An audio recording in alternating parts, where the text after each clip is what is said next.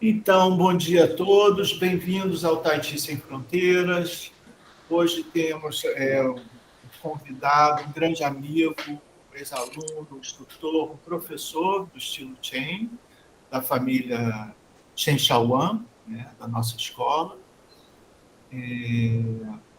Eduardo Esteves. Eduardo, ele é biólogo, ele é professor de dança de salão, professor de Tai Chi, praticante de Wing Chun e Brasília Jiu-Jitsu e psicólogo. Falei psicólogo? Não, Psicólogo. falou agora, é isso. Não, e psicólogo. Então, com toda essa bagagem, né, entre coisas tão diversas, né, como é o Tai Chi mesmo, como é o Tai Chi Sem Fronteiras, essa ideia de você ultrapassar, não ser um especialista, ou seja, ser um especialista, mas ter uma visão global das coisas, eu vejo o Eduardo bem um exemplo disso. Então, vamos hoje bater um papo a respeito do mundo do Eduardo com relação ao Tai Chi. Bem-vindo, Eduardo, meu querido, ao Tai Chi Sem Fronteiras. E vai aí a nossa pergunta. Como é que começou a sua história com o Tai Chi Chuan? Bom, primeiramente, bom dia a todos. Obrigado aí pela oportunidade. Querido professor Estevão, obrigado pelo convite. E esse querido é um querido em caps lock, né? Em caixa alta, tá? Isso eu queria deixar registrado aqui. Meu caminho no Tai Chi começou justamente com uma crise, né? Assim, na época eu estava em crise acho que eu tinha 20 e poucos anos, hoje eu estou com 43. E começou com uma crise emocional, que eu não sabia que estava em crise emocional, eu só fui descobrir que estava em crise emocional por conta do Tai Chi, que é quando você para um pouco e começa a observar o que está acontecendo, né? Então, começou a descobrir, eu comecei a praticar Tai Chi rapidamente na Sociedade Taoísta, acho que eu fiz um mês de aula lá, e aí foi quando eu descobri o professor Estevão num site da internet, que estava vinculado ao professor Márcio Lacerda, se eu não me engano, que dava aula ali naquela igrejinha da Gurilândia. E aí estava lá o estilo Chen, que eu já estava pesquisando sobre o estilo Chen. E aí fui conhecer lá no Jardim Botânico. E eu me lembro exatamente do primeiro dia que eu cheguei lá, que o professor me botou para ficar de Sanzhuan. Eu falei, ai, que inferno. E eu me lembro das minhas canelas tremerem um pouco, assim, né, começar a tremer, porque na Sociedade Taoísta não tinha feito Sanzhuan ainda. A gente começou com tinha uns movimentos e depois ia um pouco para a forma para Lao-Tja, primeira parte somente. Mas lá no primeiro dia de aula do professor Estevão, ficar em Sanzhuan, né? Aí ele vinha lá, pelo menos em mim, ele tinha o hábito de tocar muito no meu ombro e no meu quadril, porque eu acho que eu tinha uma tendência a inclinar mais para frente. Aí ele vinha, aí eu, canela. E aí a partir dali começou. E aí eu me lembro que logo depois disso teve o Sansutin, Espiral da Seda, e foi. Minha primeira aula foi só isso. Não vi sequência 19, não vi nada. Eu falei, pô, tá bom, né? E aí a gente começou. E aí depois eu fui gostando. E depois tinha algo muito peculiar, muito especial ali, que era o segundo Tai Chi, que era o café do Jardim Botânico, que a gente ia comer pão de queijo. Então o Tai Chi começava ali. Então essa conjunção de fatores de uma prática, eu vou chamar assim de física, e depois uma prática mais de engajamento social, que era realmente um espetáculo, né? E depois de muitos anos que eu fui perceber que o Tai Chi ainda continuava ali, que na verdade o Tai Chi continuava ali. Mas eu era jovem, então eu sempre quis saber de muita luta, né? De porrada. Vou usar essa palavra porrada porque isso ainda em mim é muito vibrante também. E fiquei muitos anos com o professor ali. Depois eu comecei a praticar de segunda a sábado, ou de segunda a sexta, não me lembro. Né? Então tinha terça e quinta. Aí o grupo acho que foi crescendo um pouco mais. E aí começamos a dividir os dias em dias que eram mais com as armas, outros eram mais formas, outros eram mais eu vou chamar de meditação em pé, né? Digamos assim. mas é diferente de uma meditação, ficar em Sanzhuan, pelo menos para mim, né? E aí a gente começou a praticar muito, a treinar bastante, e aí veio a abertura para o curso, e eu me lembro do valor da mensalidade da época, porque eu era jovem, ganhava pouco, eu era bolsista do CNPq na Fiocruz, eu era biólogo na época, e a bolsa do CNPq era de R$ 245,59, a de iniciação científica. E o curso da formação era exatamente esse valor, 250 a 245.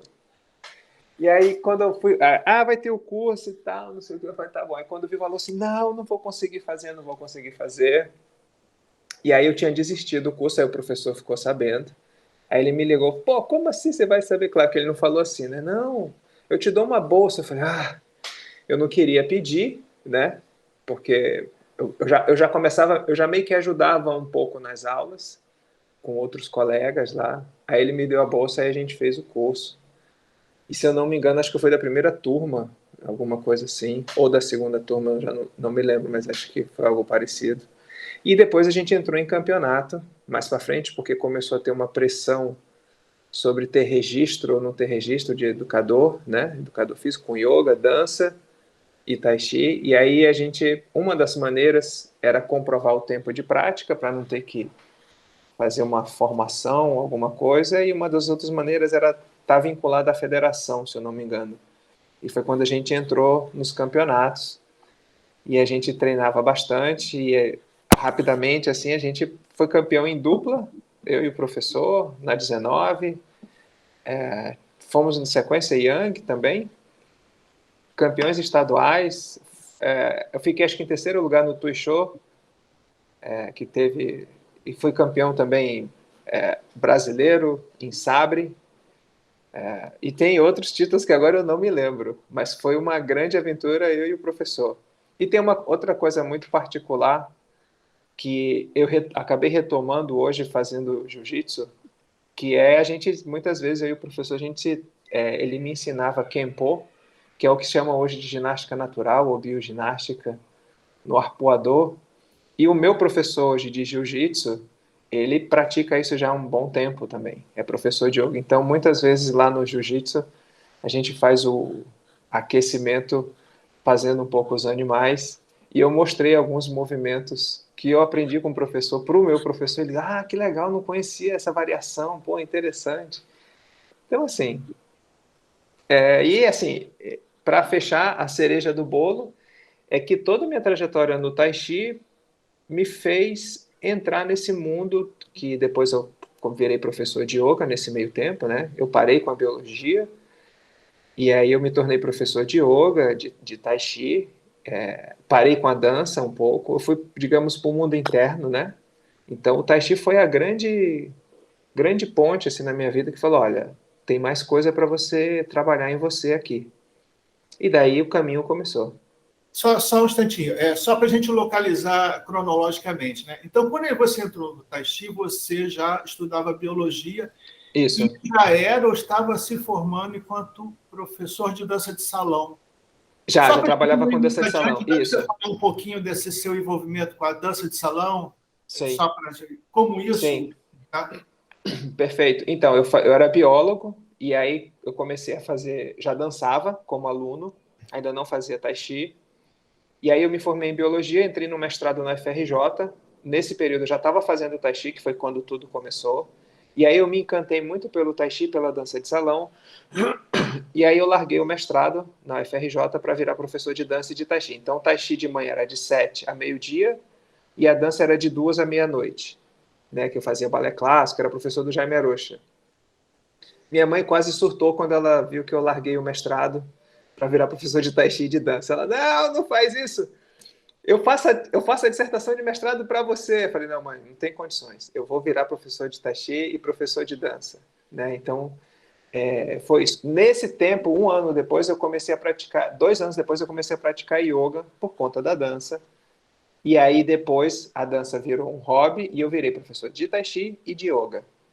Né? Foi isso. Isso foi durante muito tempo. E aí, depois é que eu fui conhecer a psicologia, que eu entrei numa outra crise, crise de namoro, né? E aí foi isso. Resumindo um pouco. Aí depois de muito tempo, eu parei com Tai Chi e voltei para o Wing Chun que eu tinha feito quando era adolescente, né? E aí foi quando eu fiquei no Tai Chi, dei uma pausa fiquei no Wing Chun, dei uma pausa do Tai Chi, fiquei no Wing Chun, e aí lá realmente existia muita pancadaria, né? Então, eu falei, tá bom, agora eu já sei, agora que eu estabeleci meu eixo interno, agora eu posso voltar para o externo, porque o meu externo estava muito pipocando, né? Aí, então, é como se o Tai Chi ele sempre é um ponto de referência, sabe? Assim, eu posso ir longe, posso me perder, mas quando eu me perco, eu sei para onde eu tenho que voltar, por conta do Tai Chi. Então, o Tai Chi é um grande recurso assim na minha vida. E aí, hoje, no consultório, com todos os adolescentes, eu me vingo, eu boto eles para fazer Santos. Muitos, porque falta muito ground, né? Falta muito ground, tá? O Ti tá muito na cabeça, então quando a cabeça está muito cheia, o corpo está vazio, não tem como você entrar nas suas questões mais emocionais. Para você sentir seus afetos, você precisa ter um corpo cheio, precisa ter muito ground, né? Precisa ter Você está muita base. falando de alunos de psicologia ou de Paciente mesmo, não é paciente? paciente. Paciente mesmo, né? E, enfim, então o Tai Chi ele é um grande recurso hoje na minha vida. É um grande recurso. Uma outra coisa que acontece muito no consultório é sempre entre um paciente e outro, eu faço o Santuan, sentado na cadeira, né? Saio um pouco do apoio. E aquele princípio básico, topo da cabeça leve e o corpo cheio, né? Sempre muito isso. É impressionante o quanto o topo da cabeça leve, pelo menos na clínica, faz diferença. Porque na medida que você está trabalhando, a, a, o seu ti começa também a ficar, a reverberar. Então você precisa realmente trazer de volta para não se misturar na relação com o paciente. E o Tai Chi Chuan, eu não conheço até hoje uma prática que faça isso tão bem quanto o Tai Chi, assim, até hoje. Pode ser que até tenha, exista, mas dificilmente. E o escutar atrás, que para mim é o mais importante, né? Que é exatamente um pouco isso. Quando eu chego muito para frente, eu acabo me misturando. Então, quando eu chego mais para trás e assento, e eu preciso achar minha coluna, preciso achar essa parte de trás, os ouvidos se abrirem. E é impressionante quando essa postura afeta o paciente, né? E você vê como a história de um paciente, ela vai te puxando um pouquinho, naturalmente. Então, quando você faz esse movimento, muda a relação e muda o efeito com o paciente. É impressionante isso, assim. E isso não é mágico, isso é neurobiológico também, né? Isso tem muito a ver com o nosso sistema nervoso autônomo, com o nosso sistema nervoso de orientação, de propriocepção, por exemplo. Né? Você vê quando as pessoas, a própria característica de afetos, como a raiva, por exemplo, o medo como puxa você do chão, te tira do chão e você muitas vezes tem que trazer de volta um pouquinho para você fazer a distribuição. Então eu destacaria muito isso, né? Que é o topo da cabeça leve, o corpo cheio, o escutar atrás e a regra. Aí eu não sei se esse princípio agora que eu vou falar, se isso está nos clássicos do Tai Chi, mas eu escutava muito o professor falando para mim, e aí eu não sei se era diretamente para mim, mas eu tomei como sendo para mim a regra dos 70%. Isso é algo assim, quando você começa a ficar demais é porque a coisa já vai transbordar demais. Eu acho que isso aconteceu quando eu comecei a aprender a jogar o Wixin com o professor, né, acho que tem a ver com a última linha, que ela já vai mutar. Então, olha, se você não percebe que a coisa está passando 70%, então observe o que está acontecendo, porque a tendência disso transbordar é bem maior. Então, essas 3 regras, eu uso inclusive no meu casamento com a minha esposa aqui também. Você vai fazendo ali, né? Você vai indo no fluxo. Então, resumindo um pouco, é isso. Eu sou muito, muito, muito, muito grato a todo momento com o Tai Chi. O Tai Chi foi isso, ó. Você já está muito fora de você, agora você tem que vir para dentro. Então foi essa porta, né? Assim, sabe? Quando você atravessa, às vezes, um portal com um caminho que não tem mais volta. E eu me lembro que quando eu estava ainda na Sociedade Taoísta, eu não me lembro quem foi a pessoa, mas eu fiz uma consulta de Xing e saiu para mim o caldeirão, né? Quando eu comecei, saiu o caldeirão. Eu nunca esqueço disso. E ela falou assim, olha, isso aqui para você, ela disse assim, isso aqui é quase como se fosse, ela perguntou se acredita em reencarnação, aí eu falei para ela assim, olha, tô começando a conhecer um pouco essas histórias. Ela, não, porque isso aqui, ó, o Tai Chi para você é quase uma coisa de outra vida aqui, ó, isso aqui eu diria até que é uma coisa de outra vida, assim, ó. Ela falou, ó, isso aqui é um caldeirão mesmo para você. Então, é um grande convite, assim. E eu era jovem, era ansioso, tinha crises de enxaqueca, né? Eu me lembro que no começo, quando eu estava fazendo San Tzuan, uma vez eu tive uma crise de enxaqueca, tive que tomar um remédio por conta de toda essa minha respiração era muito fóbica, né? Assim, era muito na inspiração, eu não conseguia expirar, digamos assim. Então, os benefícios é isso, resumindo um pouco, e está aqui, tudo presente até hoje. Falando com vocês, eu estou soltando a barriga aqui, por exemplo, né? Ok.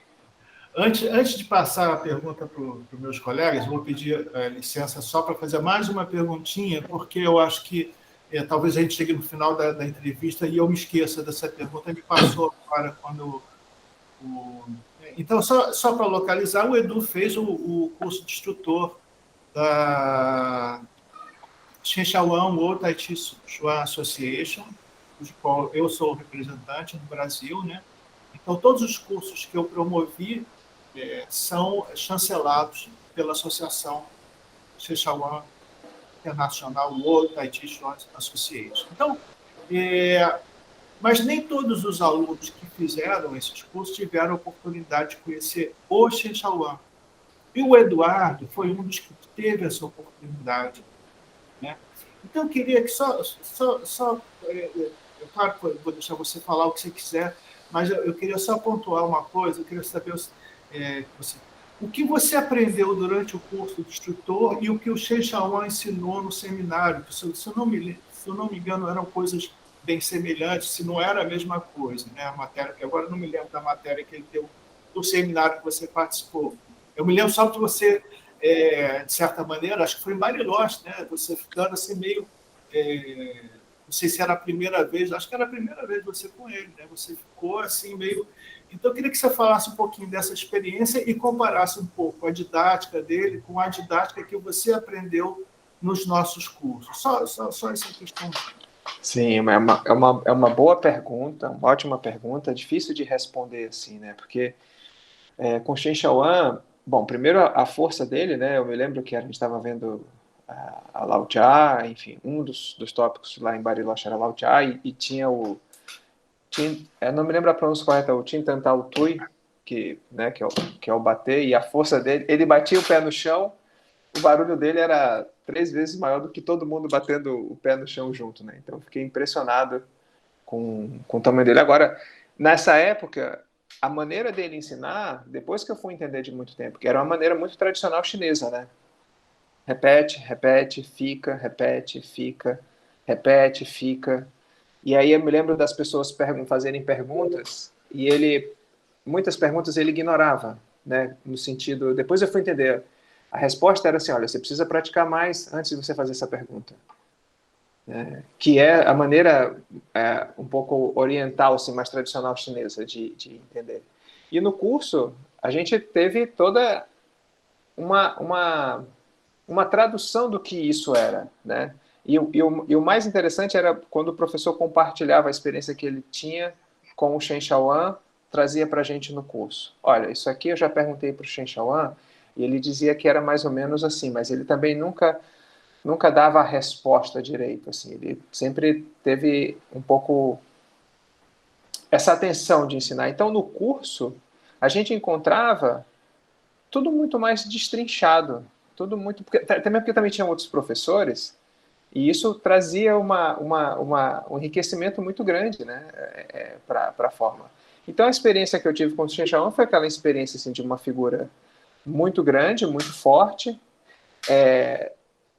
e muito tradicional, né, diferente da relação que a gente tinha lá no curso. E lá no curso a nossa relação era a relação muito mais próxima, de muito conhecimento. A gente estudava outros estilos também, um pouco, né? Tinha sempre uma... essa era a grande diferença, assim, porque como o professor tem um conhecimento muito grande em outros estilos também, a gente conseguia ter uma boa comparação entre o estilo Chen, por exemplo, com o estilo Yan, por exemplo.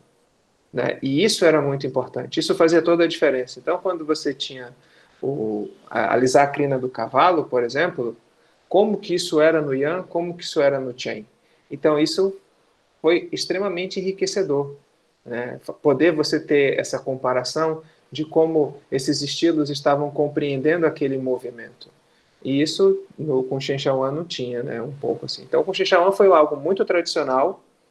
É isso aqui, repete, repete, repete, repete, repete. Cansei e nem começou a repetir ainda, repete, repete, repete. E com o professor Estevam a gente teve no curso, era uma abertura. Isso é muito interessante, né? Porque como você está virando um professor, é interessante você ter essa noção de abertura, né? Então, é isso. O curso abria mesmo. Abria para perguntas, para perspectivas, para, olha, um outro entendimento do Li, no Chen, um outro entendimento no Yan. Resumindo, era um pouco isso. Mas a minha pergunta, mais uma pergunta, só para complementar, assim, o material que eu dava do estilo Chen, não estou falando assim a maneira de ensinar, mas o material era o mesmo que o Shen Shaoan, você identifica isso? Era muito próximo, sim, era muito próximo, né? As formas tradicionais, sim, era muito próximo. A maneira de fazer, sim. De eu ensinar outros estilos não interferia no, Não, o formato. carro-chefe, exatamente. Não, o carro-chefe era estilo Chen mesmo, né? Começo ao fim, estilo Chen. Os outros estilos era matéria eletiva, digamos assim, matéria eletiva de faculdade, que quem quisesse fazer podia, mas tinha que cumprir aquele programa aqui, todo estilo Chen, sem dúvida. Obrigado, só queria deixar Nada, professor. Porque muitas vezes as pessoas confundem, né, o fato da pessoa ser especialista ou ser generalista, se a gente puder usar essa palavra, né, o Marcos que me corrija, né, mas o especialista, né, aquela pessoa diz, eu vou fazer igualzinho o Shen Shaoan, só vou fazer o que ele faz, como ele faz, da maneira que ele faz. Né? Então, muitas vezes, quando você encontra um professor que tem outras coisas, né, parece que aquele professor não está ensinando a pureza da arte. Né? Então, isso é só uma questão que eu acho que os meus alunos, isso ficou sempre muito claro. Eu sempre fiz questão de dizer, olha, assim, isso é o que o Shen Shaoan passou para mim, é isso que eu passo para você. Sim, exatamente.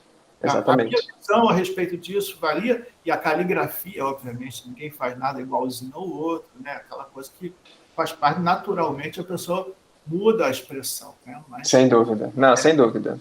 Eu não me lembro da 24, mas eu me lembro da 19, da 36, da primeira e segunda parte da Lao Tzu, me lembro da primeira parte do Pao Chui, mas exatamente. Tá, ok, quero passar as perguntas agora para os meus colegas. Violeta, Marcos, Laerte. Marcos quer perguntar, senão eu vou perguntar. Vai lá, Violeta. Bom, então, bom dia, Edu, prazer em conhecê-lo, muito, muito legal conhecer a sua história, né? E eu fui fazendo minhas anotações aqui, né? Eu achei muito interessante esse aspecto que você falou sobre sobre a repetição, o aspecto cultural, né? Do oriental com o ocidental. Nós, ocidentais, ainda que, assim, há culturas que são estimuladas muito mais a questionar, mas a gente, enquanto brasileiro, eu sou brasileira, a gente tende a querer questionar mais, né, do que realmente começar a entrar nessa fase, pratica, né, e a gente não tem essa paciência, vamos dizer assim, cada vez menos, né, então foi muito legal.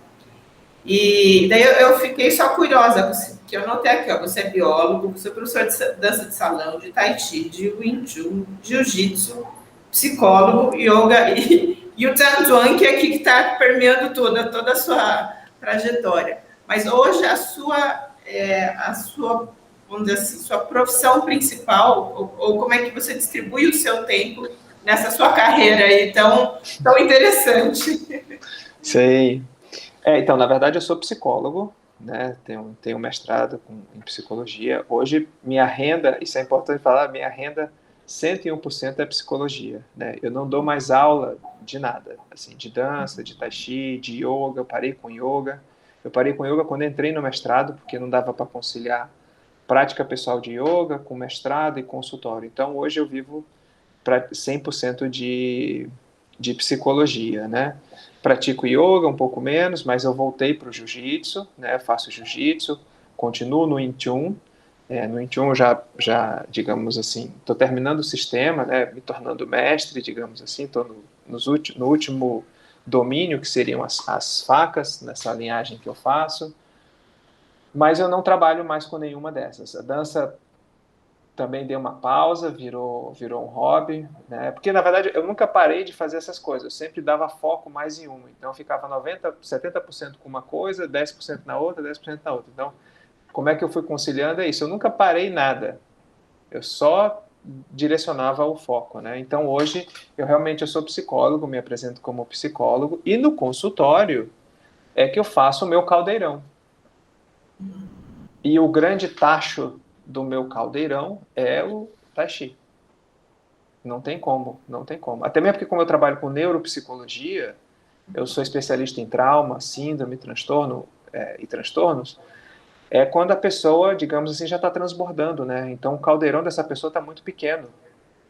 Então, não adianta eu perguntar o porquê, ou não sei o quê, se a pessoa não tem uma estrutura anterior, se ela não conhece minimamente o que é a sua própria interocepção, né? Que é o seu assentar. Se ela não consegue assentar minimamente, eu vou ficar fazendo ali enxugando gelo, né? Então todas essas artes, yoga, dança, o próprio Wing Chun também, o próprio Tai Chi, isso fica dentro do consultório na minha lida com as pessoas. Mas hoje eu sou realmente psicólogo e vivo da psicologia, né? Obrigada, muito interessante. Então, o Tai Chi permeia tudo isso, né? Sempre, sempre. Né? É uma base muito forte, né? Muito, muito, muito forte. Eu diria que talvez seja a base mais forte de todas. Porque você precisa parar um pouco, né? O Wing Chun, ele é importante, ele tem sua característica, mas ele é uma outra qualidade de energia. Né? Quando eu estou num processo clínico, ainda mais em quadros de transtornos e síndromes, eu preciso parar um pouco. E o parar é difícil. O parar é muito difícil. É muito difícil. Então, é aí que o Tai Chi entra. É aí que o Tui Shou entra, né? No sentido metafórico na clínica. Ótimo. Obrigada.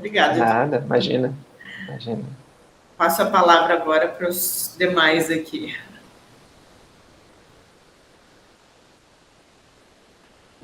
Marcos, vamos lá? Esse microfone está fechado.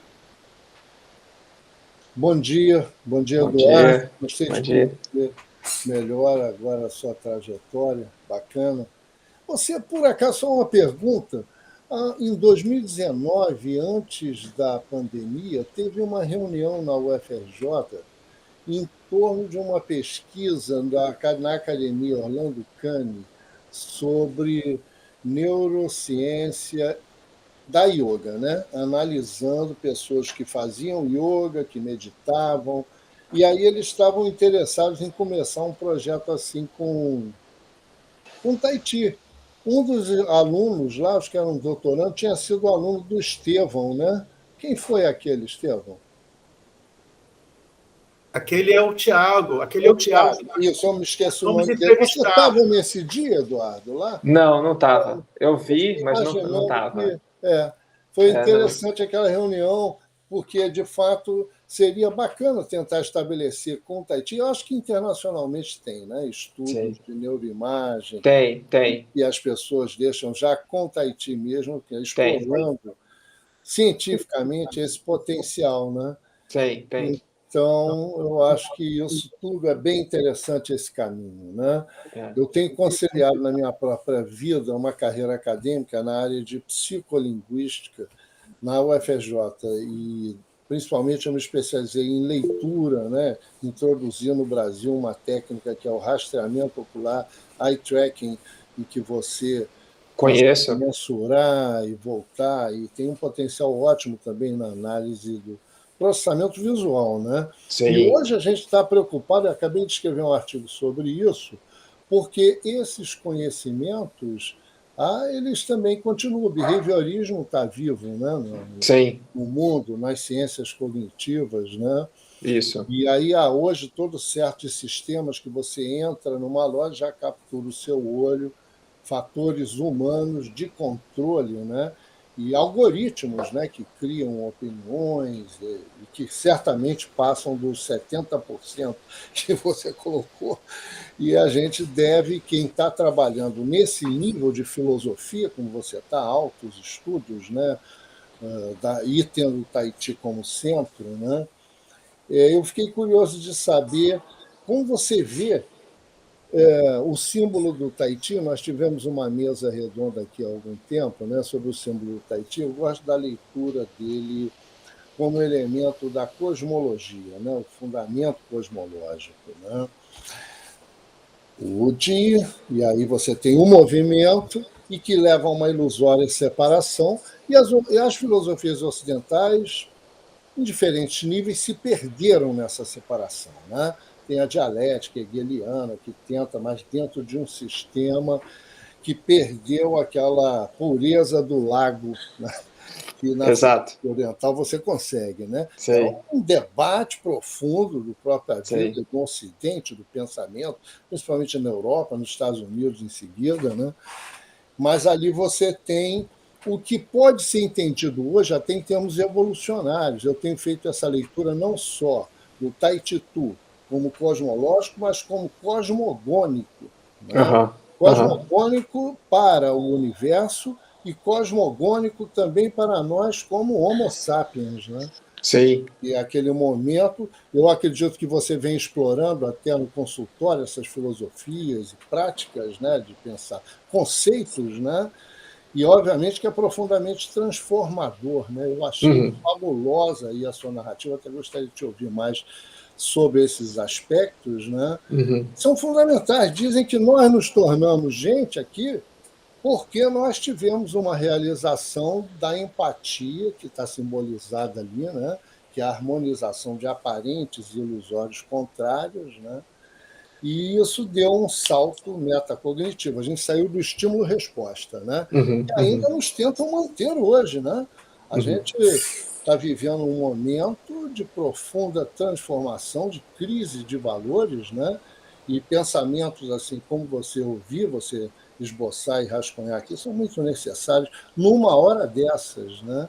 Porque isso tudo está em evolução. A gente consegue, com o corpo, alterar o DNA. E tudo isso hoje está muito bem estabelecido com evidências científicas, né? E apesar de tudo isso estar sendo tão questionado nesse mundo de pós-verdade, auto-verdade, manipulação, né? Onde então, eu acho que a gente tem uma responsabilidade. Eu tenho um colega especialista em leitura lá na Bélgica, né? José Moraes, A Arte de Ler, um livro que é uma linda referência, né? Ele diz que nós temos mesmo uma responsabilidade numa hora dessas, né? Em que as pessoas pensam que a Terra é plana. Então, qual o poder transformador? Porque eu acho que essa evolução não se completou, ela está completando. Muitas pessoas não estão conseguindo levar a sua literacia plena e a sua própria existência plena como Homo sapiens, né, que virou Homo sapiens. Então, hoje a gente está até muitas vezes num caminho que as pessoas estão se regredindo e evoluindo. O que você acha, na sua experiência? Queria te ouvir um pouco também sobre a sua experiência na conceptualização dessas filosofias mais cosmogônicas e profundas do Tahiti, né? Na sua prática e na sua responsabilidade social. Eu te ouvi sobre esse tema, e eu acho que você está nesse nível, altos estudos, né? E isso me interessa bastante, como deve interessar a todos nós, né? Entendi. Uma hora dessas. Na verdade, assim, boas, são ótimas perguntas profundas, né? Eu vou tentar responder de uma maneira prática, assim, né? Como de uma maneira... Eu vou escolher um direcionamento para responder um pouquinho o que você está mais... que eu acho que eu estou entendendo que você está perguntando, de uma maneira prática, assim, por dia a dia, né? Quando você fala de responsabilidade, quando você fala de da evolução, né? Assim, então, eu vou tentar responder assim numa coisa prática.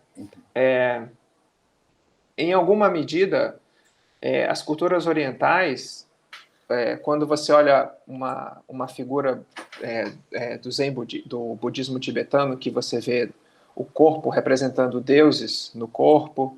Ó, o Gaudêncio! Quanto tempo, rapaz? Desculpa, Marco, volta já para a sua pergunta. Caraca, quanto tempo! Eu não me esqueço da piada. Tá sem som. Eu não ia perder a chance de deixar o Dudu em saia justa hoje, né? Não me esqueço da piada do urubu. E, gente, se depois essa é a melhor que tem. Essa é a melhor que tem. Prazer em revê-lo, Xará. E aí, Dudu? Cara, Tudo que bem? legal te ver, velho. Puta Da carequinha merda. também é. Pô, é charme, né? Isso aí. Quem trabalha demais fica careca, né? Exatamente, exatamente. Isso aí. Edu, depois a gente se fala, eu vou retornar um pouquinho para não, tô aqui, não perder, vou aqui tá, te querido? ver. Beleza, vai Prazer, lá. prazer revê-lo. Então, assim, Marcos, vou tentar responder de uma maneira na prática, assim, né? Por exemplo, então, assim, quando você olha para uma figura do yoga, em que você vê no corpo representações dos deuses, aqui está o Shiva, aqui está a Brahma, e quando você olha para todas essas representações, quando você olha para a medicina chinesa, em alguma medida que você vê alguns meridianos com a linha vermelha, outros com a linha azul, quando você olha para o símbolo do Tai Chi, praticamente, assim, em uma parte disso é uma certa representação do nosso funcionamento biológico mesmo, né? Como acordar e dormir, por exemplo. Ou seja, sistema nervoso autônomo, que ele é dividido na parte simpática, que representa uma luta, uma fuga, uma alta ativação que a gente precisa ter, e uma parte parasimpática, que seria uma parte de sedação, de tranquilizar, de acalmar.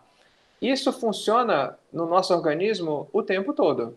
Uma hora a gente está mais predominantemente em uma parte neurofisiológica simpática e uma parte, ou em outro momento, numa parte neurofisiológica.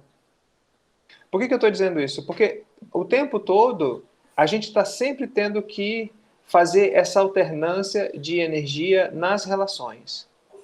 O tempo todo.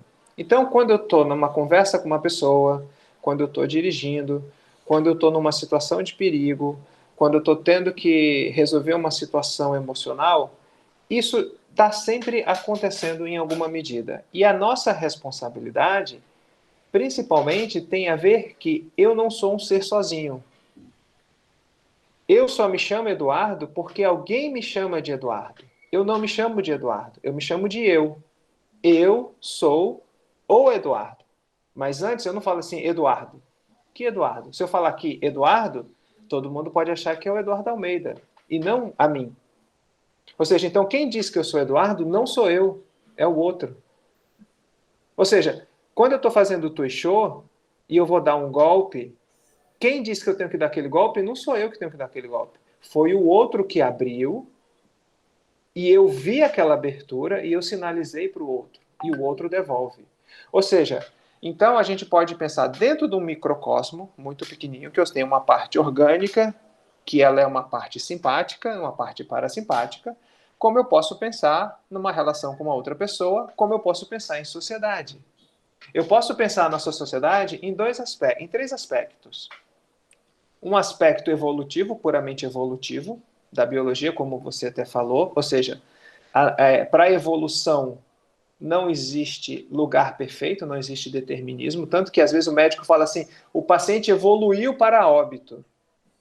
Né? E a gente tende a entender que evolução tem uma coisa de aprimoramento, de cada vez melhor, mas isso não acontece para a biologia.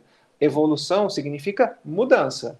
Ela pode ser favorável para um grupo, desfavorável para outro grupo. E aí a gente cai de novo nessa alternância, né? Ou seja, então eu tenho esse aspecto, eu tenho o segundo aspecto, que é o aspecto relacional, ou seja, eu posso pensar a nossa sociedade como uma estratégia simplesmente de eu garantir a minha sobrevivência, ou seja, mas para que eu sobreviva, eu preciso do outro.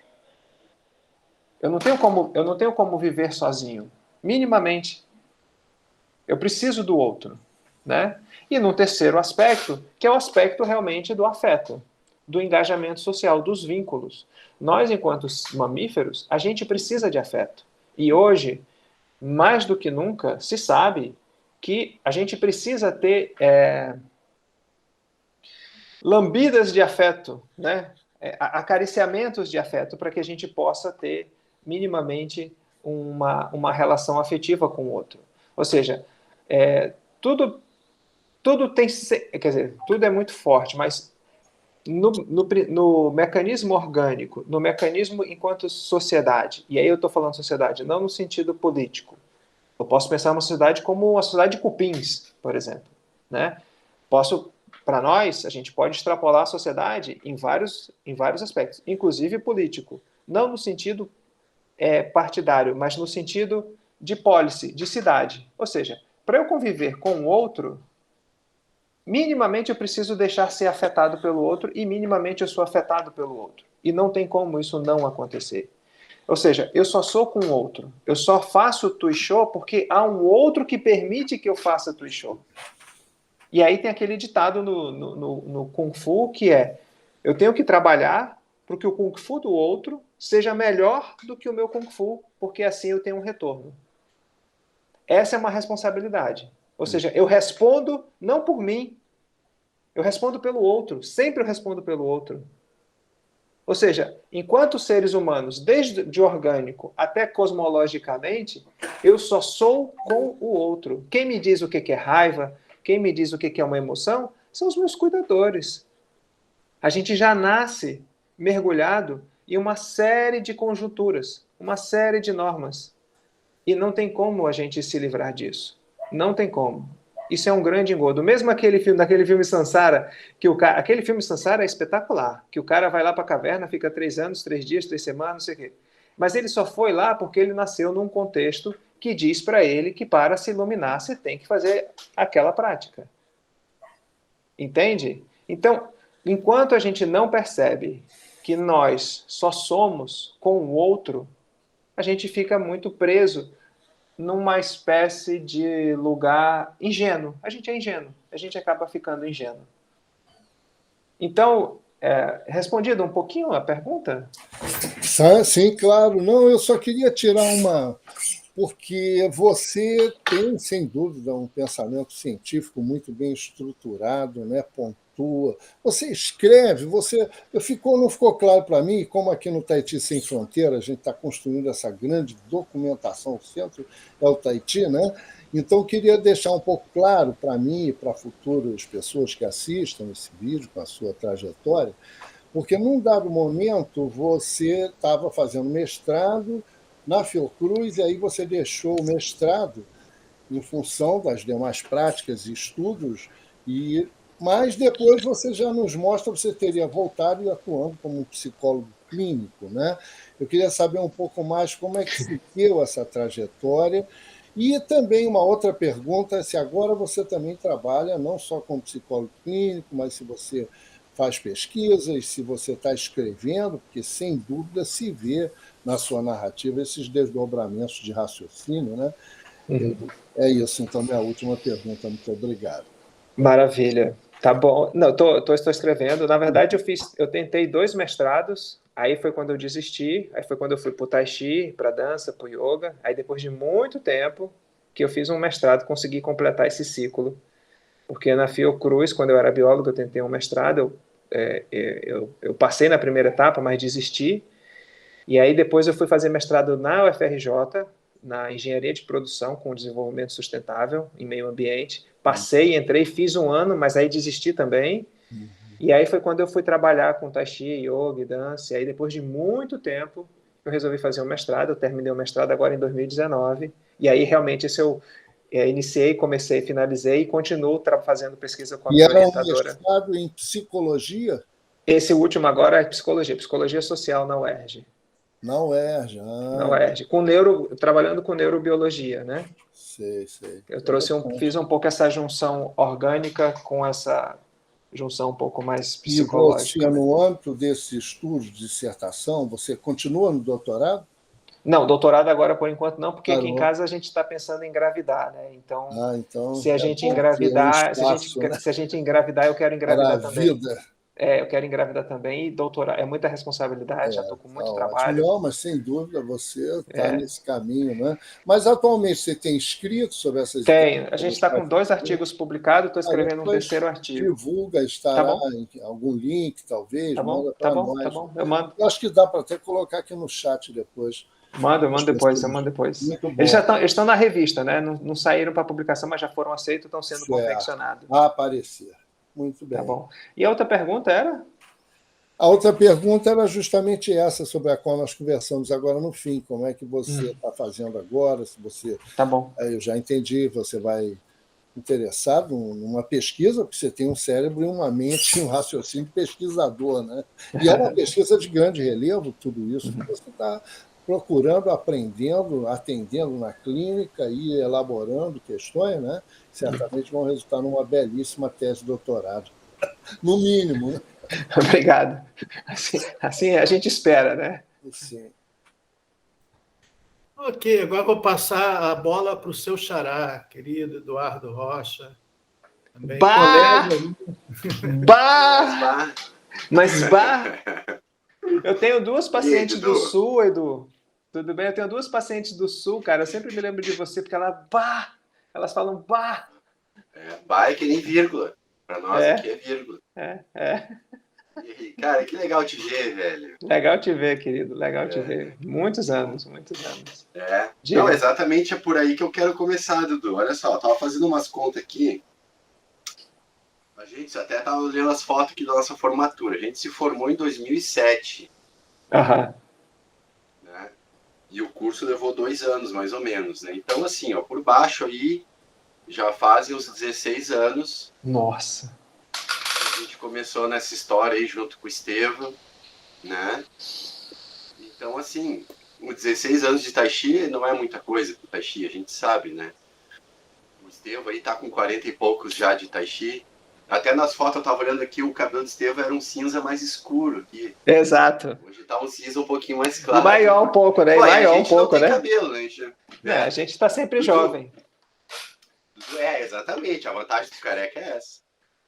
Dudu, de lá pra cá, a gente via naquela época o Tai Chi de um jeito, né? A gente tinha uma percepção do Tai Chi, a gente tinha expectativas com o Tai Chi, né? A gente percebia algumas coisas com relação ao Tai Chi, né? A gente fazia relações com o mundo e tal. Então, se passaram 16 anos, o que mudou de lá pra cá? Porque o Tai Chi é difícil. Se tu lê os livros de Tai Chi, cada um fala de uma forma, tem um conceito diferente, não? Então, o teu conceito de Tai Chi, a tua percepção de Tai Chi de lá, de 2005, quando a gente começou o curso, para hoje, 16 anos depois, o que mudou para ti? O que amadureceu? Quais foram as expectativas que aconteceram? Ou quais foram às vezes a gente sonha muito com a coisa e não é bem, entendeu? Então, o que aconteceu de lá para cá que tu pode contar para nós aí nesses 16 anos de experiência, né? Porque eu me identifico contigo porque a gente transitou em muita coisa, né? O Wing Chun e tal, né? Então essas coisas às vezes combinam, às vezes não combinam. Mas assim, com relação ao Tai Chi, o que tu notou 16 anos? O que tu pode dizer? O Dudu lá atrás pensava de um jeito e o Dudu hoje vê diferente. Qual é essa diferença? Nossa. Pô, ótima pergunta. Edu, hoje eu entendo assim, o Tai Chi como ele é um princípio, né? Assim, a fala do Tai Chi é como um princípio. Pergunta muito boa, assim, muito boa. Percebe que até eu mudo meu tônus, né? Meu tônus emocional até mudou. Porque faz aqui. A gente entrar a gente tem que voltar na linha do tempo, né? Exatamente. Exatamente. Então, assim, que eu posso, entrando um pouco nessa linha do tempo, tinha muita ilusão, assim, né? Eu me iludia muito, né? Assim, eu tinha muitas ilusões, né? eu tinha muitas projeções, assim, sabe? É igual quando é como se você fosse fazer um golpeamento e você, quando faz o golpeamento, você vai com o corpo todo. Você não conserva uma parte sua, né? E aí você acaba se ofertando demais para o outro.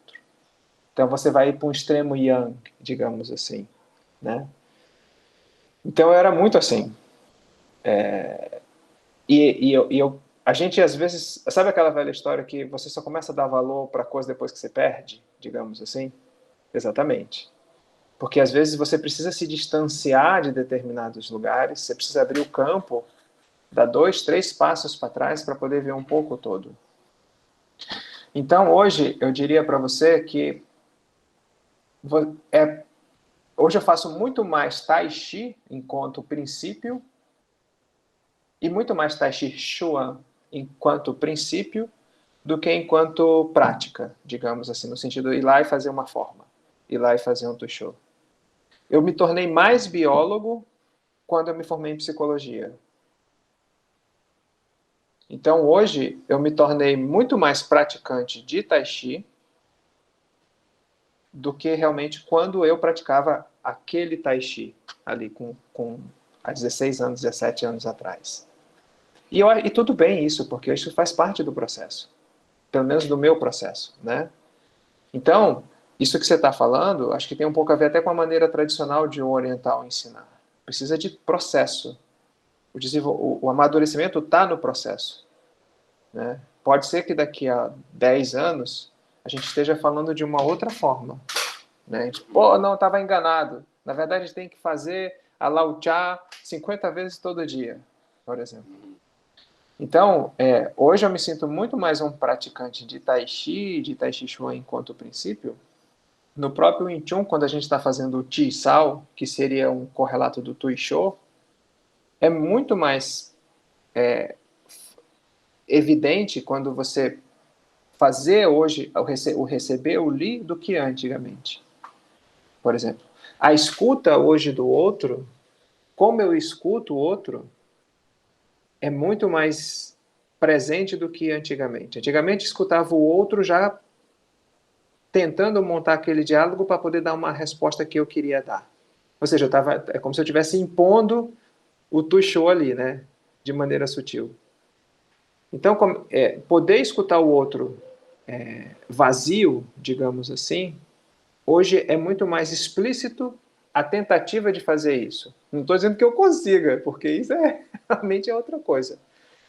Então, assim, quando você me pergunta isso, é realmente uma amarração disso tudo. Sua pergunta é uma pergunta muito, muito abrangente e muito particular também, ao mesmo tempo. Porque eu quero ver, assim, a gente passou por esse processo igual, assim, o tempo é o mesmo para nós, né? Exatamente. Eu me vejo nessa situação, então, assim, eu quero ver como é que tá o Dudu lá, que tá no mesmo processo, no mesmo tempo, com experiências diferentes e tal, mas, enfim... Exatamente. O Tai Chi permeou isso tudo aí, né? Exatamente, tempo, né? Exatamente. Por exemplo, recentemente, no jiu-jitsu agora, eu estava lutando com uma pessoa de 120 quilos, e 3 graduações acima da minha. E as 3 vezes que a gente lutou, ele me derrubou, obviamente, né, muito mais experiente, muito mais forte, e nas 3 eu me machuquei, né? Eu tive uma pequena fissura na costela, tive uma rotatura no menisco, e eu falei, cara... Na 4ª luta, digamos assim, eu soltei, eu relaxei, né? Comecei a relaxar, porque eu estava tentando fazer uma força num lugar onde eu ia perder. E aí, realmente, assim, me veio a coisa do... Eu me lembro uma vez, professor, eu lembro uma vez que a gente estava voltando da Barra, que bateram no seu carro, eu estava com o senhor, e bateram atrás. O senhor lembra disso? E a gente estava parando no sinal, eu estava no banco do carona, né? Aí eu só escuto o Estevão falando assim, se prepara que vai bater. Aí bateu. Isso durou. O senhor lembra disso, professor, particularmente? Né? E na hora quando ele... Exatamente. Então, essa cena com o professor, com essa cena com esse gigante, porque para mim é um gigante, e isso que você está me perguntando, hoje eu me sinto muito mais um praticante de Tai Chi, eu só consigo perceber isso hoje. Naquela época, Eu jamais ia perceber isso. Eu jamais imaginaria que eu poderia dizer isso para você. Então, sua pergunta, além de ser uma pergunta afetiva, uma pergunta histórica, uma pergunta prática e uma pergunta de memória, né? Poder conciliar e poder suportar esses 4 aspectos na sua pergunta, isso só é possível hoje. Naquela época não seria possível. Não tem como, né? Não Como tem tu falou, como. daqui a 10 anos é outra história. Exatamente, exatamente. E ter essa consciência é que eu acho que é um amadurecimento para todos nós aqui, né? Assim, então, hoje eu me sinto muito mais um praticante de Tai Chi do que antigamente. É muito mais fácil para mim ver hoje onde tem Tai Chi, onde eu estou fazendo Tai Chi, onde eu não estou fazendo Tai Chi. Isso não quer dizer que seja bom ou que seja eficiente, não tem nada a ver com isso. Mas, tipo, putz, né? E todas as vezes hoje, ou quase todas as vezes, quando eu estou dirigindo com a minha esposa, eu sempre, quando paro perto do sinal, dou uma olhadinha para trás. Sempre dou uma olhada no retrovisor. Por quê? Porque nesse dia que o carro bateu, o Estevão tirou o pé do freio. O senhor lembra desse detalhe, professor? Porque quando o carro bateu, jogou o carro um pouquinho para frente. E isso amortece e fez com que a gente não tivesse tomado o tranco. Foi uma batida leve, não foi nada, né? Mas esse tirar o pé do freio. E hoje eu só consigo falar isso com 43 anos. Naquela época, por mais que eu tivesse passado por tudo isso, jamais conseguiria fazer. Que legal. Só mais 2 colocações aqui. Eu acho que pro Estevam que tá ouvindo isso aí é muito bacana, né? Deve dar uma sensação assim de, pô, missão cumprida, né? Eu fiz esses 2 malucos entenderem um pouco melhor o que é o Tai Chi. Que não é aqueles movimentos bacanas lá que a gente faz, né? Que isso aqui o Tai Chi é uma outra coisa. E eu tive lições de direção com o Estevam também. Eu tenho histórias de carro com o Estevam, muito bacana. E a segunda colocação, Dudu, aqui é eu senti muito tua falta, cara. Sim. E depois do curso ali, tu seguiu o teu caminho e tal. E eu fiquei órfão de irmão aí. Fiquei, pô, meu irmão tá aqui sumiu. Que bom te ver de novo, cara. Muito bom, querido. Uma satisfação muito grande aí.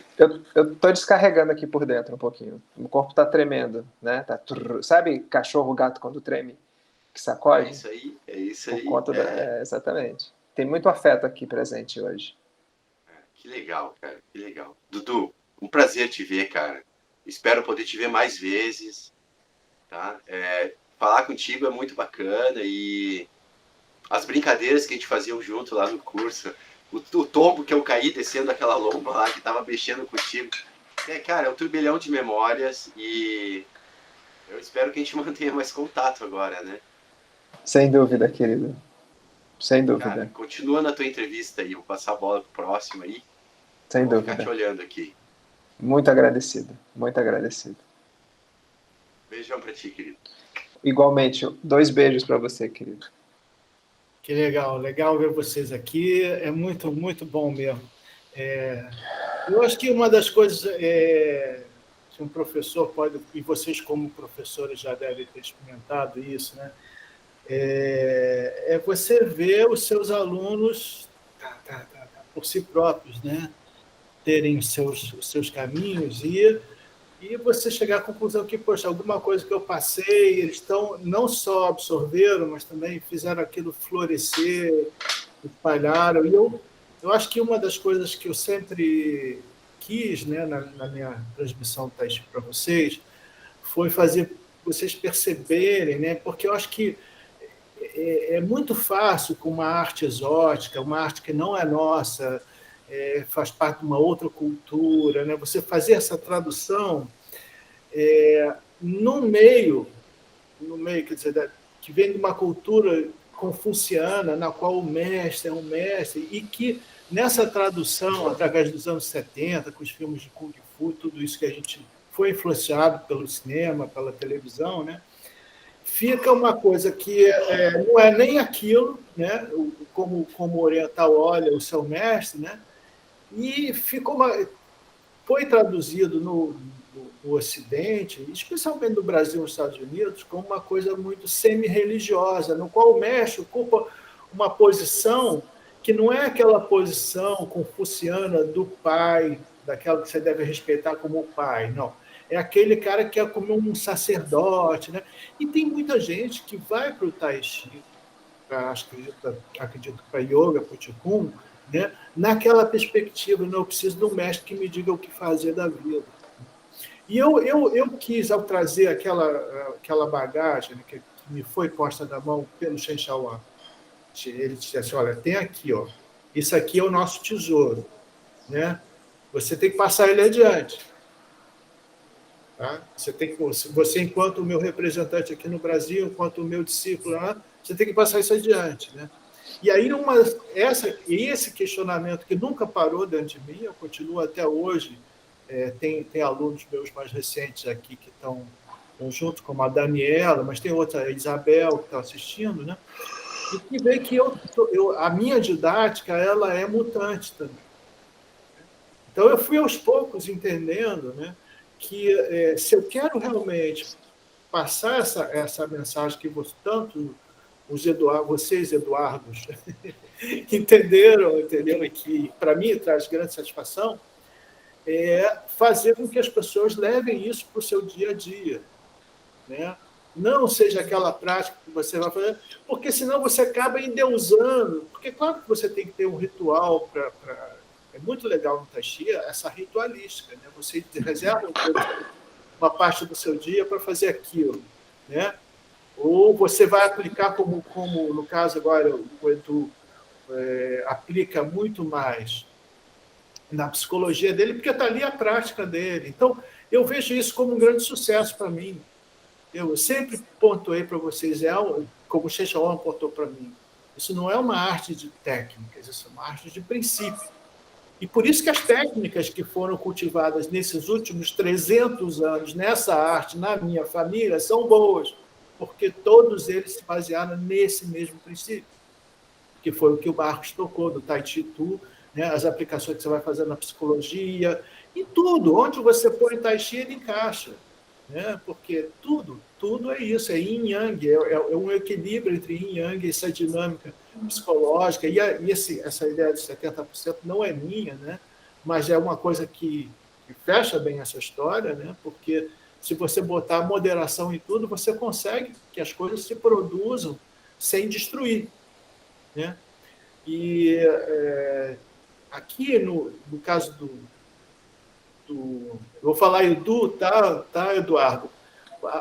Para ficar agora, em vez de ficar Edu e Dudu, Edu e Eduardo.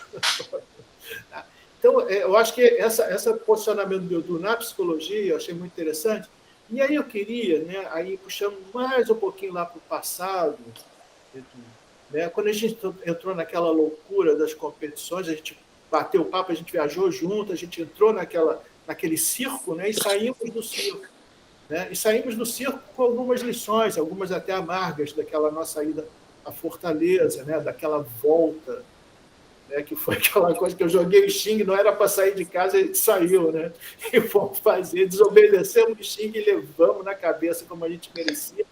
E aí, obviamente, ficou uma grande lição daquilo, né? E eu ultimamente ando lidando com muitas pessoas da competição. Uma pessoa que eu tenho me interrelacionado ultimamente, Edu, é o professor Paulo Sakanaka, né, lá de Campinas, que é uma pessoa maravilhosa. E a gente tem tido muito diálogo através dessa coisa da internet que a gente acaba, né, interagindo. E estou também, ao mesmo tempo, estou fazendo um curso com um sobrinho do Shen Xiaoan lá em Zhejiang, online. Né? Então, essa coisa do online, a gente vai para lá, vai para cá, e a gente vai vendo as várias maneiras de ver o Tai Chi Chuan. Né? E aí eu tenho mais duas perguntas para te fazer, essa é uma. Né? Com relação àquela nossa experiência da competição, que você foi campeão, você venceu alguma... Qual a importância? Porque, a princípio, a gente sempre falou isso assim, existe uma grande incoerência na arte da moderação quando ela entra no âmbito da competição. Né? Mas agora você tem dados, além disso, né? Não só aquela competição formal, mas você tem, por exemplo, no jiu-jitsu, quando você luta com um cara bem mais pesado. Aliás, essa foi uma mensagem que eu me lembro que no curso de vocês eu falei para vocês, façam jiu-jitsu, porque é talvez uma maneira mais mais eficiente de lidar com o tuichô, né? O tuichô real. Esse seria um tuichô real no sentido dos nossos dia a dia, né? Você aprende bastante. Então, fico muito feliz de você estar no jiu-jitsu e fico muito feliz dos dois terem entrado no Wing Chun, apesar de eu nunca ter feito Wing Chun, né? Porque também é uma maneira de você trabalhar a sensibilidade do chão. Ou seja, o Tai Chi permeia tudo isso, né? Ele vai atrás, você vai encontrando as suas soluções. Eu gosto muito de comparar com surf, né? Você tem, por exemplo, aquelas... Se você tem uma onda gigante atrás de você, você não vai querer lutar com ela, porque você só vai se dar mal, né? Então, quando você é embolado por uma onda gigante, você só tem uma coisa a fazer, se proteger e relaxar, porque aquilo não vai depender de você. Então, essa lição do princípio do Tai Chi, eu quero primeiro que você faça o que você aprendeu no sentido da competição, aquela competição formal, meio circense mesmo da federação, e a competição no dia a dia, enquanto você trata a psicologia, porque você tem a competição dos seus pacientes, de você mesmo, com o estresse, né? O estresse te impõe uma competição, né? Então, perfeito. Como é que você usa o conhecimento que você absorveu naquela época perante esse tipo... E o que a competição trouxe para você? Porque as piores experiências sempre trazem alguma mensagem. Bom...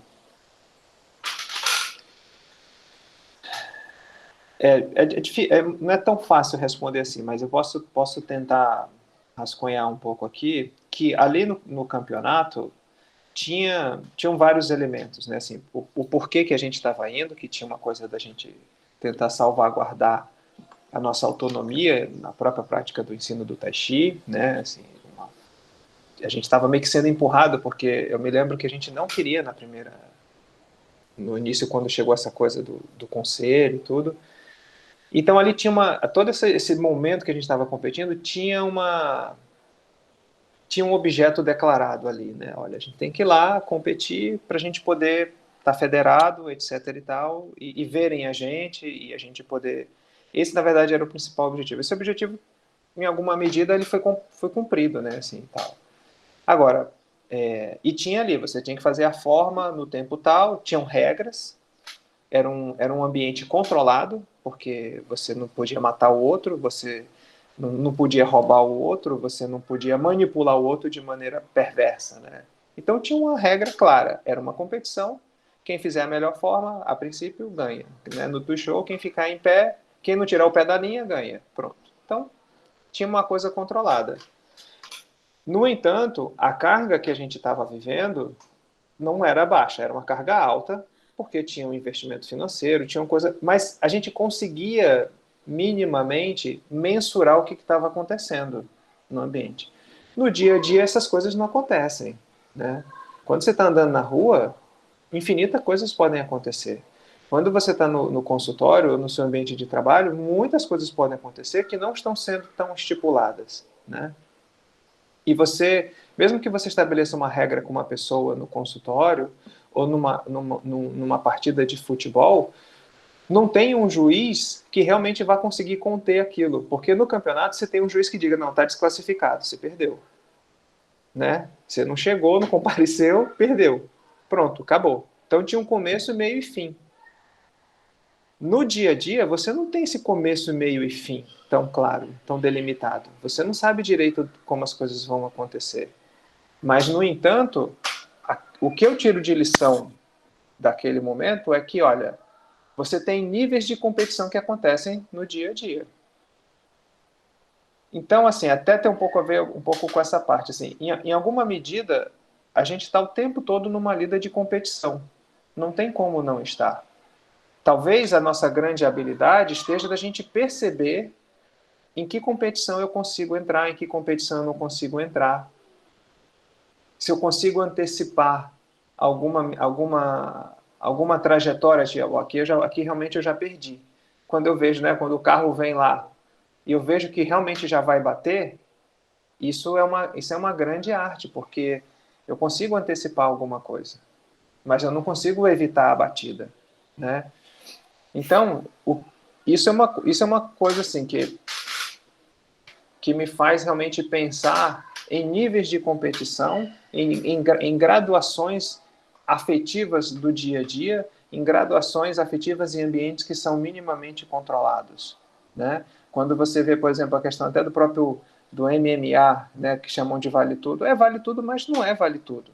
Você tem um juiz, você tem regras, você tem um espaço. É diferente de você ter que fazer uma situação dessa na rua, por exemplo, né, que você não vê se a pessoa tem uma outra pessoa, né, que você tem que lutar, que você pode morder, se for o caso, né, que você pode até xingar a mãe da pessoa, né, você pode, olha o avião ali, né, e sair correndo.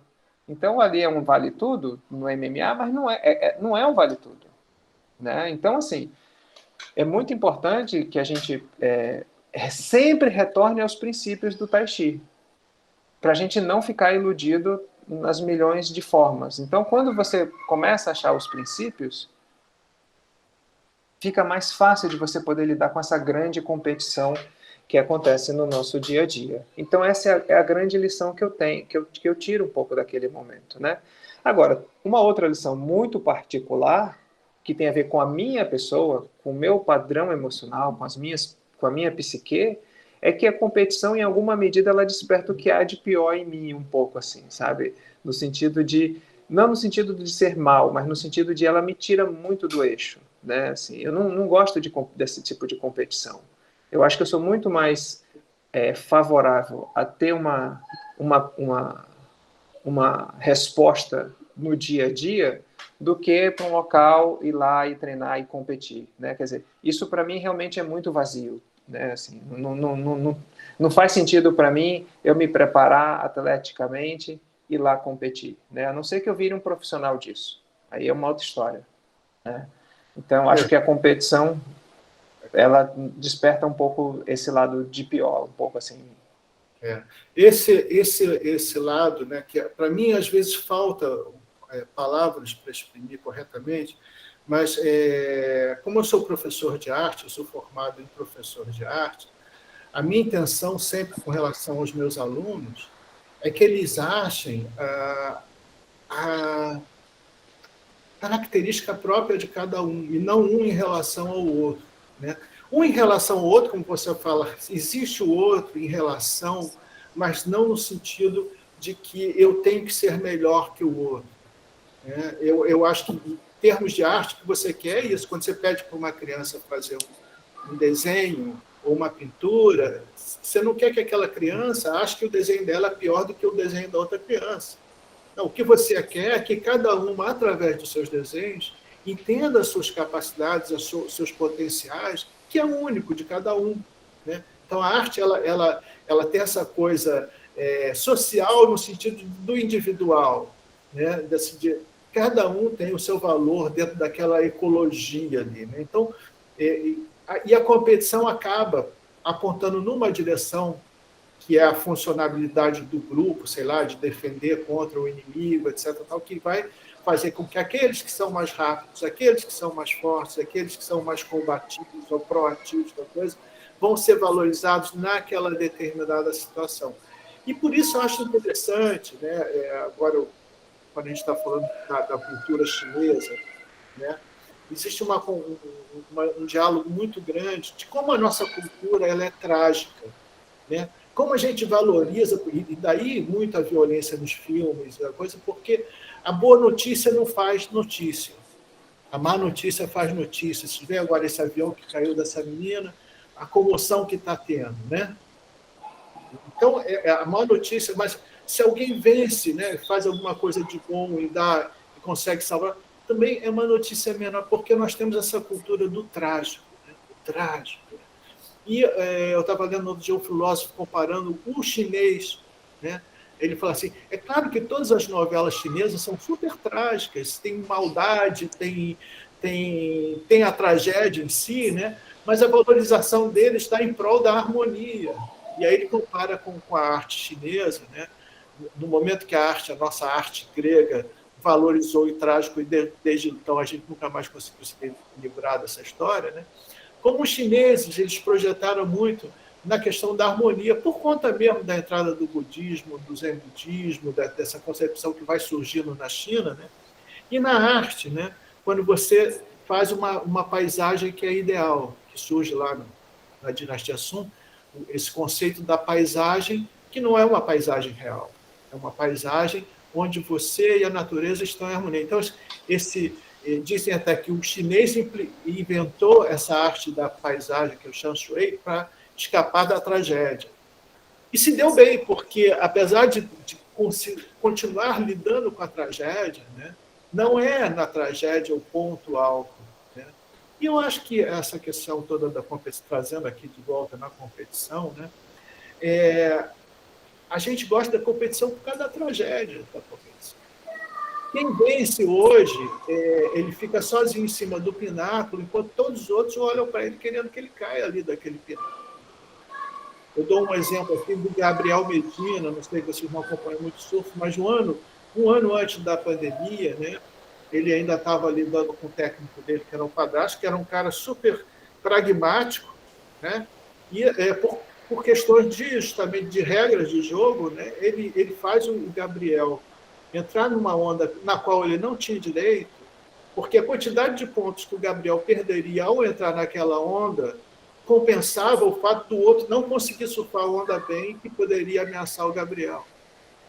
E acaba que o Gabriel ganha vergonhosamente, de uma maneira, digamos assim, naquela Gerson de dizer tirar vantagem de tudo, a despeito, né, que é permitido na competição, que é um pensamento que, é claro que não é nobre, mas é alimentado. Então, eu só citei isso porque no momento que nós entramos naquela, conforme você falou, nós tínhamos um objetivo claro. Né? E nós queríamos sair daquilo e conforme saímos o mais rápido possível. Mas o que eu aprendi, e eu acho que você também aprendeu naquilo tudo, é que havia também e poderia haver como é que eu vou dizer? Uma amizade. Né? Conforme surgiu essa entre eu e o professor Paulo, havia um intercâmbio, porque no final de contas todos estavam ali mesmo para fazer um tai chi, um bom tai chi dentro da concepção de cada um de qualidade, né? Então houve momentos que a gente naquele estresse da competição a gente conseguiu rir para aquilo tudo, né? E ganhamos coisas, obviamente treinamos muito, melhoramos a nossa sensibilidade e aí eu acho que você enquanto psicólogo hoje em dia, né, tem isso também, assim, acho que evidentemente claro na cabeça, né, de que a competição não tem muito lucro a partir quando sai desse esquema em que tudo está claro, que as regras estão claras, que o ambiente está controlado. Mas, enfim, meu querido, chegamos aqui a 1h20. Posso só falar uma coisinha, então, rapidamente? Sim. Por favor. Dessa história da competição, o momento mais feliz que eu tive, professor, foi quando a gente estava na praia. Isso eu estava me ensinando o Kempo. Você lembra disso, em Fortaleza? Eu lembro que a gente foi para a praia, mas não me lembro da gente treinar Kempo na praia. Treinamos um pouquinho a serpente. Foi o momento mais feliz que eu tive. Eu estava aliviado por a gente não ter perdido aquela competição por conta da confusão que eles fizeram lá e tudo. Ah, que legal. Aquilo foi uma loucura mesmo. Bom, aliás, você pode procurar aí no arquivo do Tai Chi Sem Fronteiras. Nós temos uma entrevista em 2 partes com o Joe, no ano passado. Ele está vivo? Que bom. Tá lá. Vale a pena você escutar a entrevista dele. As duas. Não vou dizer que a primeira parte e a segunda parte nenhuma é melhor que a outra, que as duas foram muito interessantes, da qual, inclusive, o Laerte, que está aqui assistindo a gente, foi aluno do Joe também. Então, vale a pena você dar uma pesquisada lá depois. Então, agora aqui no finalzinho, eu quero primeiro perguntar para os participantes, Laerte, Isabel, Yasmin, Daniela, Eduardo, que ainda está aí, legal, Marcos, Violeta, alguém tem mais alguma pergunta para fazer para o Edu? Eu tenho, Laerte. Ei, Laerte, bem-vindo. Então, olá, Eduardo. Oi, Laerte. Olha, a minha pergunta eu acho que é simples, porque, de certa maneira, você já disse o que eu precisava, mas se você puder ampliar um pouquinho, é mais ou menos assim. Eu notei que você, quando falou de lidar com pessoas com uma situação de trauma e tal, você falou de centrar e desenvolver a interocepção. E para mim isso foi assim uma espécie de síntese que me ajudou assim num trabalho que eu estou tentando desenvolver. Eu tenho trabalhado em abrigos de refugiados. Eles são indígenas refugiados no Brasil. Eles vieram da Venezuela. Tá? Eu passei 4 meses lá agora em Roraima. E quando eu estava lá, eu não tive essa iniciativa não, mas quando voltei, eu pensei assim, eu vou, na próxima vez que eu for, eu vou no ano que vem, eu vou fazer Qigong com eles. Eu acho que vai ser ótimo, eles precisam de Qigong, né? E eu traduzi um texto bastante bom, assim, de umas 10 páginas, assim, foi o melhor que eu encontrei até hoje, sobre a aplicação de Qigong nesse tipo de situação. E estava aqui para escrever um projeto para me poder fazer, né? A gente está numa organização assim bastante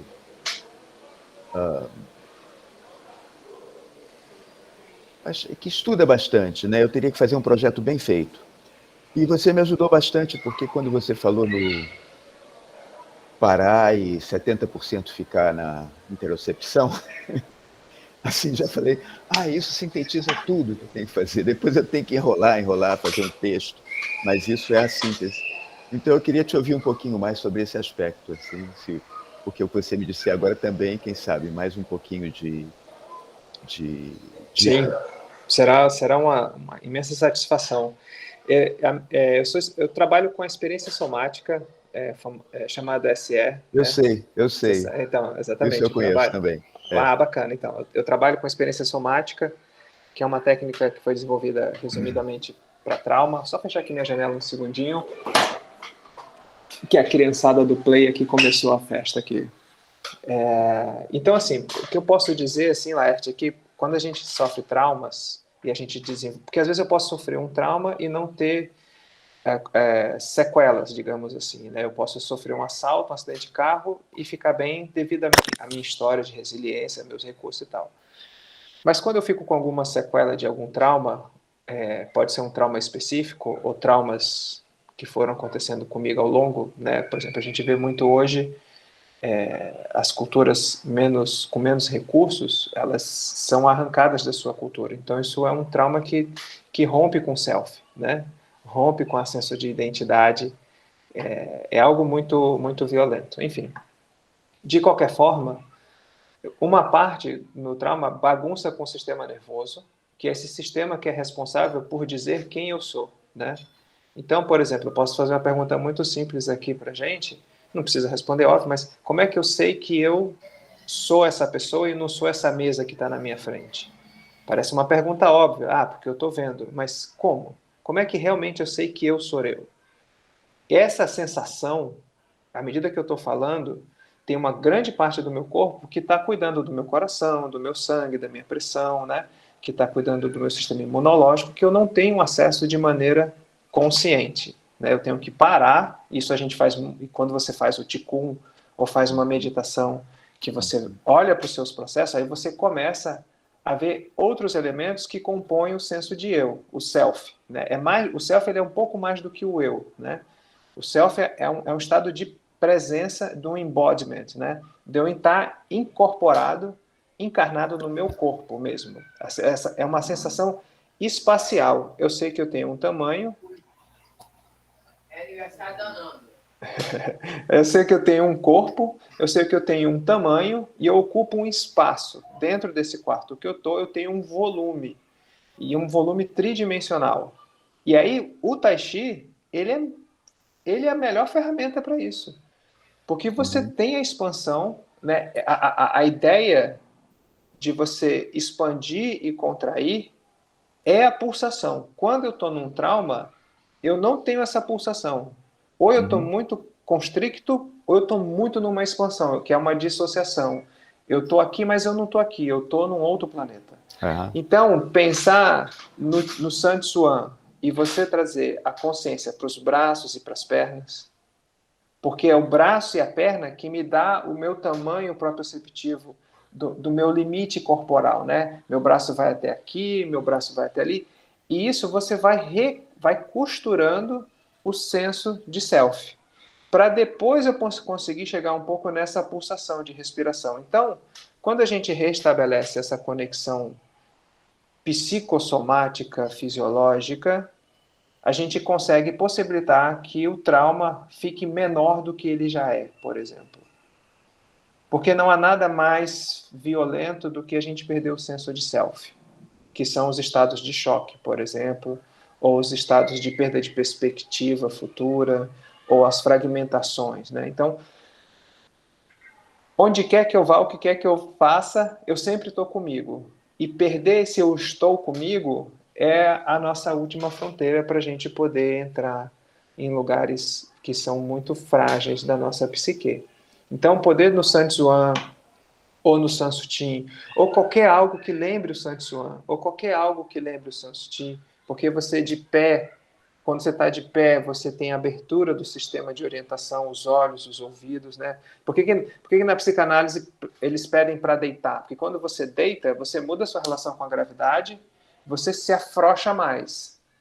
Mas quando você está de pé, você incorpora mais no senso de self. Então, essa mudança com a gravidade também tem a ver. Então, o San Tzuan, ou algo que seja parecido com o San Tzuan, o que importa, novamente, são os princípios do San Tzuan.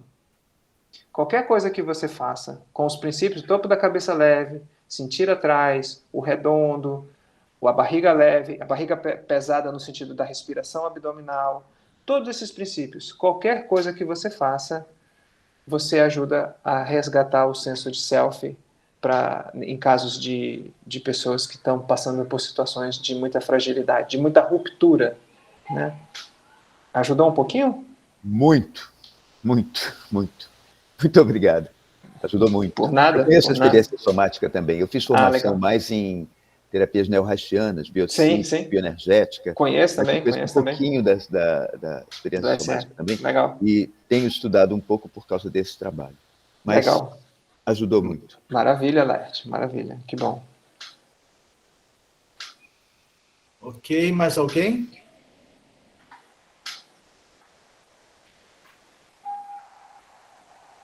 Ok. Marcos. Tá mudo, Marcos. Desculpe. Nós estamos, então, encerrando essa documentação de hoje com o Eduardo, muito boa. Só queria lembrar que a gente terá ainda na semana que vem uma entrevista nesse horário de 9 horas, do Tahiti Sem Fronteiras, com o Valdomiro e o Nildo Machado. Todos aqui são sempre bem-vindos a participar, né? Ele é um professor também, acho que foi aluno do mestre Hu, né, Estevam? E depois ele desenvolveu-se também com outros professores de Wushu também, né? Vamos comentar, ele pratica e ensina aqui no estado do Rio. E depois encerramos com o professor Laerte Vilman, nosso ano, no dia 12 de dezembro, vai ser uma ótima conversa, e todos aqui também são sempre bem-vindos a participar da conversa. Eu gosto da conversa assim também mais aberta, né? Ficará documentado. E é isso, muito obrigado. Nós estamos construindo. Vamos fazer uma pausa, né, Estevam? Natural, de passagem de ano, e aí voltamos no ano que vem, teremos o festival também de verão. Obrigado a todos. Isso, querido. Eduardo, então, contigo agora. Edu, contigo agora as palavras finais. Como é que você quer encerrar essa tua entrevista, de fato, o seu registro histórico do Tahiti? Eu só tenho realmente muito, muito a agradecer. Na verdade, eu estou sendo muito presenteado com esse momento, né? Na verdade, eu estou me nutrindo. Eu acho que eu estou sendo muito mais. A contribuição está sendo muito mais para mim do que eu falando para vocês, assim, ou está sendo de perspectivas diferentes, né? Então, assim, estou me sentindo muito, muito amoroso aqui com esse momento, com a presença de todos vocês, né? Particularmente o Edu e especialmente meu professor, Estevam. Então, assim, eu estou extremamente emocionado aqui, né? Assim, quando acabar, vou lá encontrar com a minha esposa, os olhos cheios de lágrimas. Então, saber que eu fico muito feliz comigo, assim, um orgulho de mim de ter feito boas escolhas na minha vida, e é isso, né? Então, poder fazer, acho que fazer boas escolhas na vida é fundamental para a gente, né? Então, e essas escolhas estão aqui hoje, né? Continuam reverberando hoje aqui, sabe? Então, é isso. Contem sempre comigo. Sigamos aí nesse princípio lindo do Tai Chi, nessa arte, nessa potência de vida que é o Tai Chi, né? É uma potência de vida. É isso. Que legal, Edu. Muito bom, querido. Então, é também para mim um grande prazer estar com você. Os dois Eduardos, né? Dois ótimos alunos, professores, que tenho certeza várias pessoas que hoje em dia sabem Tai Chi aprenderam com vocês e aprenderam com certeza uma das melhores coisas que elas poderiam ter na vida, né? Que é Tai Chi. E, então, agradeço a todos, em nome do Tai Chi Sem Fronteiras, continuamos aí o nosso trabalho. Tem uma série o Eduardo mandou uma série de links aqui do lado, Eduardo, acho que são fotos, né? Não, porque quando a gente fechar aqui a gravação, elas vão sumir para as pessoas, talvez ficar na gravação. Eu mandei 3 fotos aí da nossa formatura. Foto Tá. do Dudu, Eu imaginei assim. Tem o link ali. Eu vou fazer o seguinte, eu vou compartilhar o WhatsApp entre vocês para a gente poder ver essas fotos. Okay? Porque quando eu fechar aqui a gravação, depois eu boto lá. A gente vai perder o acesso. Tá bom? Maravilha. Beleza. Então, gente, um bom domingo para todos. Muito obrigado. Obrigado por terem participado. Tá? Meu coração também super feliz de estar com vocês. Tá? Vou fechar a gravação, se quem quiser ficar mais um pouquinho. Aqui, ó.